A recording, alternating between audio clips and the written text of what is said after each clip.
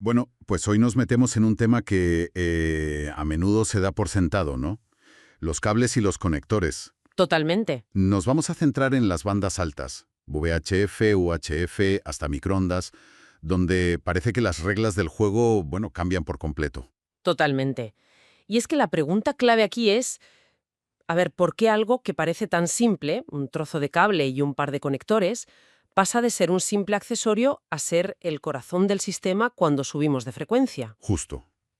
Las fuentes que manejamos, desde manuales clásicos a guías de diseño, nos dan una respuesta que es en el fondo pura física aplicada. Vale, pues vamos a desgranar esto. La primera pregunta es la base de todo. ¿Por qué esta obsesión con los cables en altas frecuencias? En onda corta a veces parece que, bueno, que casi cualquier alambre funciona. ¿Qué es lo que cambia? Pues la palabra que lo cambia todo es atenuación. Atenuación. Es, bueno, un conductor y poco más. Las pérdidas se pueden manejar. Pero es que al subir a VHF, y sobre todo a UHF y SHF, las pérdidas se disparan de forma exponencial. O sea, no es un crecimiento lineal. Para nada. Y aquí es donde las fuentes, como la de Lucio Moreno Quintana, son súper tajantes. Si usas un coaxial normal con dieléctrico de polietileno, a partir de 1000 MHz estás librando una batalla perdida contra la física. Espera, espera. Un momento. Me estás diciendo que el cable coaxial típico, el de toda la vida, para la banda de 23 centímetros, que es 1200 MHz, ya empieza a ser más un calefactor que una línea de transmisión? Exacto. Básicamente sí. A esa frecuencia, una parte muy importante de tu potencia se está convirtiendo en calor dentro del propio cable. Increíble. Y se pone peor. A partir de ahí, la misma fuente dice que ya necesitas cable rígido con dieléctrico de aire que aguanta hasta unos 3000 MHz. Vale. Pero es que por encima de eso, incluso para conectar dos equipos que están a unos centímetros, en la misma mesa, la única opción viable son las guías de onda. Una guía de onda, que ya no es un cable, es literalmente un tubo metálico hueco. Precisamente. La energía ya no viaja por un conductor, sino que viaja confinada dentro de esa estructura. Claro. Y esto conecta con algo que dice el VHF-UHF de Xbook y que me parece fundamental, que es la idea del diseño de sistemas. Ajá, Siempre he pensado que el cable era, bueno, el cable, pero ahora veo que es un componente activo. No se trata de cajas aisladas, la radio, la fuente, la antena, sino de un conjunto donde cada centímetro cuenta. exacto. Son un todo interconectado. Entendido. Pues si es un sistema, empecemos por los puntos de unión, ¿no? Los conectores. ¿Cuál es la misión de un conector? Más allá de, bueno, de unir dos cosas. Su misión principal es mantener la integridad eléctrica del sistema. Esa es la clave, integridad. ¿Y eso qué significa? Pues significa sobre todo preservar la impedancia característica. En nuestro mundo, el estándar mágico es 50 ohmios. Cada componente debe presentar esos 50 ohmios para que la energía fluya sin reflejarse. Vale, pero un momento, porque aquí hay un dato que a mí me ha dejado, vamos, de piedra. Salió del VHF-UHF de Xbook. Me estás diciendo que el estándar que rige todo, los 50 ohmios, ¿no es la mejor opción técnica? Pues no. El libro dice que ni es el valor con menos pérdidas, que sería más bien 75 ohmios, ni el que más potencia aguanta. Es uno de esos casos donde la historia pesa más que la optimización. Fue sencillamente un legado, un estándar que adoptó masivamente el ejército de Estados Unidos después de la Segunda Guerra Mundial. ¿En serio? Sí, había tal cantidad de equipos y componentes fabricados con ese estándar que por pura economía de escala y disponibilidad se convirtió en la norma para todos los demás. O sea que es como descubrir que usamos un tornillo concreto en todos los coches no porque sea el mejor, sino porque era el que sobraba en los tanques de la guerra. Es alucinante. Es una analogía perfecta. Funciona bien, es robusto, está en todas partes, así que se quedó. Pero es crucial entender que no es un número mágico, sino una convención que todo el sistema tiene que respetar. Vale. Pues si todo va de mantener esos 50 ohmios, hablemos del conector más polémico, el más común, el tipo UHF, el famoso PL259. Ah, el gran protagonista. Aquí lo fascinante es la ironía de su nombre, ¿Por qué? porque el análisis de Moreno Quintana es demoledor. La limitación principal del conector UHF es que su impedancia es variable, no está controlada. No está diseñado para mantener esos 50 ohmios de forma precisa cuando sube la frecuencia. Un momento. Pero si casi todos los equipos de aficionado para VHF y UHF que compramos hoy en día vienen con el conector hembra SO239 de fábrica, nos están vendiendo algo que de por sí ya es deficiente para la propia banda de UHF. Es una muy buena pregunta. Y la respuesta es un depende. El PL259 es robusto, es barato y muy fácil de soldar, incluso con pocas herramientas. Para un uso, digamos, doméstico en VHF, hasta 150 MHz, sus defectos son casi despreciables. Vale. La misma fuente dice que funciona bien hasta los 150 MHz. Y con conectores de muy alta calidad se puede estirar hasta 500. Pero para un uso serio, en 432 y por supuesto por encima, sus pérdidas ya son un problema. No es ideal para UHF a pesar de su nombre. Entonces, si queremos montar una estación fija, en serio, y dejar de regalar vatios, ¿cuál es la alternativa? El estándar de oro, por así decirlo. Sin duda, el conector tipo N. Se diseñó justo en la Segunda Guerra Mundial para superar estas limitaciones en los primeros radares. Ajá. Sus ventajas son claras: imperancia constante y precisa de 50 ohmios y un coeficiente de reflexión, una ROE, bajísimo hasta los 10.000 MHz. ¿10 gigahercios? Sí, es robusto, a menudo estanco, y maneja muy bien la alta potencia. Si la instalación es fija y el rendimiento es la prioridad, el N es la elección. Lo vemos mucho en equipos de medida. Claro, el BNC es el conector del osciloscopio. Es fantástico para un laboratorio donde conectas y desconectas constantemente. Es rápido, es cómodo. Pero, Pero, ¿confiarías en ese cuarto de vuelta para una instalación en un tejado que va a aguantar viento, lluvia y cambios de temperatura durante años? ¿no? Esa comodidad tiene un precio: la fiabilidad a largo plazo. En comparación con un N bien roscado o un SMA, el BNC puede introducir pequeñas variaciones en la conexión con el uso. No es que sea malo, es que no está hecho para esa batalla. Entendido. Conector N como opción ideal. Pero de nada sirve un conector de competición si el cable no da la talla. ¿Qué pasa dentro del cable? ¿Por qué uno pierde más que otro? No es magia, es física. El VHF-UHF de Xbook lo explica muy bien.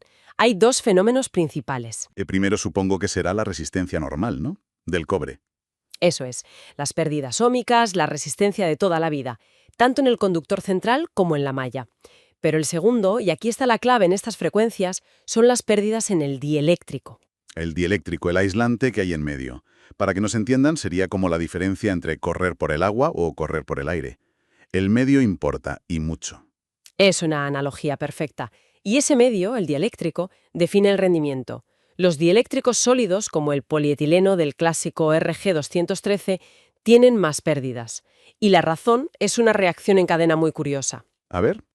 El polietileno tiene una constante dieléctrica alta. Para mantener los 50 ohmios con ese material, la física te obliga a que el conductor central sea más fino. Claro. Y un conductor más fino, lógicamente, tiene más resistencia. O sea, que es la pescadilla que se muerde la cola. El aislante que eliges te obliga a usar un conductor peor, que tiene más pérdidas, y a eso le sumas las pérdidas del propio aislante. Exactamente. Por eso, los cables modernos de bajas pérdidas usan un dieléctrico espumado, o que es básicamente aire. Ajá. Esos materiales tienen una constante dieléctrica mucho más baja, y eso permite usar un conductor central mucho más grueso para los mismos 50 ohmios. Resultado: menos resistencia y un dieléctrico más transparente. Doble victoria. Hablemos de cables concretos. ¿El viejo conocido RG213? El RG213 es el cable de batalla. Es flexible, asequible, robusto. Es una opción decente para HF y la parte baja de VHF. Pero su gran problema es esa atenuación tan alta en VHF por culpa del dieléctrico sólido.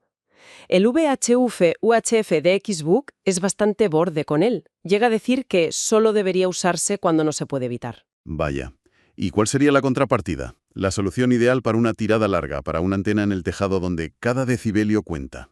Ahí ya entramos en el territorio de los cables rígidos o semirrígidos, el hardline, como los de la marca Heliax. Su pérdida es bajísima. ¿Y cómo lo consiguen? Usando todos los trucos: conductor central grueso, a menudo un tubo de cobre, un exterior de cobre corrugado y un dieléctrico que es casi todo aire, con una espiral de plástico para mantenerlo en su sitio. Son caros y difíciles de instalar, pero son la solución definitiva. Vale. Pues traduzcamos esto a la vida real. Alguien invierte en una buena radio, una buena antena, pero escatima en el cable. ¿Qué le pasa a su señal? ¿Qué consecuencias prácticas tiene? El impacto es directo y a menudo brutal. El VHF UHDX Book da una cifra que debería quedarse grabada a fuego. Una pérdida de 3 decibelios, 3 dB. Significa que la mitad, el 50% de la potencia de tu transmisor, se convierte en calor en el cable. Nunca llega a la antena. La mitad. O sea, si transmites con 100 vatios, solo 50 salen por la antena. Los otros 50 están calentando el cable. Es tirar la mitad de la capacidad de tu estación a la basura, literalmente. Y eso, claro, afecta igual a la recepción, ¿no? La señal débil que llega también se atenúa a la mitad. Por supuesto, la atenuación es simétrica. Debilita tu transmisión y ensordece tu recepción. Pero no es solo la potencia que se pierde, es la que se da la vuelta. Hablemos de una mala instalación, de una ROE elevada. El famoso eco de radiofrecuencia que puede ser letal para el equipo. Exacto. Esto causa 2 problemas muy graves. Primero, más pérdida de potencia, porque la energía se refleja y vuelve al transmisor. Y segundo, y más peligroso, esa potencia reflejada puede dañar la etapa final de la radio. Uf. En el mejor de los casos, los circuitos de protección se activan, el equipo se asusta y baja la potencia mínimos para no freírse. En el peor, adiós a los transistores finales, una avería muy cara. Hay una dimensión más, que va más allá de mi propia estación, y que las fuentes apuntan: la responsabilidad técnica y ética. Claro, si conectamos esto con los principios de la IARU, la Unión Internacional de Radioaficionados, el espectro es un recurso compartido. Un mal conector, un cable dañado, no solo reduce tu rendimiento, puede generar emisiones espurias. ¿Cómo? El VHF UHF DX Book habla del splatter. Un conector defectuoso, oxidado, puede actuar como un diodo improvisado mezclando señales y creando productos de intermodulación que no deberían estar ahí. O sea que una conexión mal hecha puede convertir mi señal limpia en una fuente de interferencia para los demás. Estoy ensuciando la banda. Exactamente. Por tanto, un buen mantenimiento y usar los componentes adecuados no es solo por rendimiento personal, es un acto de civismo en las ondas, es parte de nuestra responsabilidad. Queda claro entonces que no hay una única respuesta. La elección es un equilibrio. Es un puzzle. Hay que sopesar la atenuación, el coste, la flexibilidad que necesitas, el tamaño, la resistencia al entorno. La decisión correcta no es comprar siempre lo más caro, sino hacer un análisis informado de las necesidades de cada sistema. Resumiendo, la idea central de todas estas fuentes es inequívoca. En VHF, UHF y SHF, la infraestructura de conexión es tan crucial como los propios equipos. Lo que en otras bandas es un detalle, aquí es un parámetro de diseño crítico que marca la diferencia entre el éxito y el fracaso. Totalmente. Y esto a mí me deja con una pregunta interesante de cara al futuro. A ver. Todas las fuentes que hemos visto se centran, lógicamente, en optimizar el hardware, los componentes físicos. Pero vivimos en la era del procesamiento digital de señales, el DSP, que está en todos los equipos modernos. Claro, el DSP que nos pone filtros, que nos quita el ruido, ¿podría llegar a arreglar un mal cable? Esa es la gran pregunta. Los algoritmos de DSP ya hacen cosas que antes eran imposibles en el mundo analógico.